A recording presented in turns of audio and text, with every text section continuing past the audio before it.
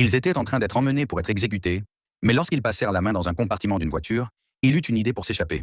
Il prit une pièce de monnaie et commença à la faire tourner sur une vis. Son compagnon, en s'en rendant compte, garda un œil sur le garde qui conduisait le véhicule.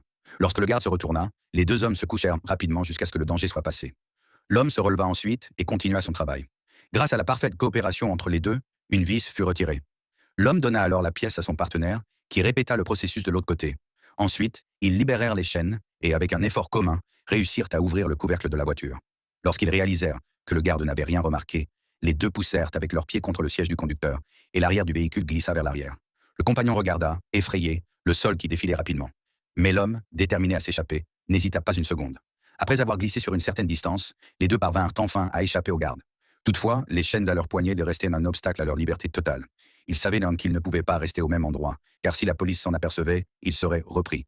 Ils durent alors transporter la carcasse du véhicule, qui pesait plusieurs centaines de kilos, pas à pas, à travers le désert brûlant. Mais le poids commença bientôt à les épuiser. Dans ce désert aride et sans eau, ils s'épuisèrent rapidement.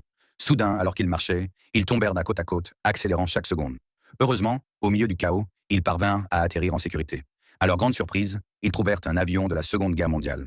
Voyant les outils éparpillés au sol, l'homme eut une idée audacieuse. Il utilisa les pièces restantes et, en profitant du vent fort du désert, transforma l'avion détruit en un véhicule terrestre improvisé. Ils commencèrent rapidement à en contrôler la direction, confiants qu'ils pourraient bientôt échapper au désert. Mais la paix ne dura pas longtemps. Le chef de la police, pilotant un hélicoptère armé, les rattrapa rapidement. Sans autre option, les deux hommes se cachèrent dans un trou dans le sol. Cependant, lorsqu'ils descendirent, ce qu'ils virent les laissa perplexes. Ils avaient trouvé un dépôt d'armes. Avec ces armes, les deux ne craignaient plus la police dans l'hélicoptère. Ils poussèrent un vieux canon dans le trou, et lorsque leur cible s'approcha, l'homme tira sur la corde du canon. Le boulet toucha l'hélicoptère avec précision, mais n'explosa pas, faisant croire au pilote qu'il avait gagné. Cependant, à la seconde suivante,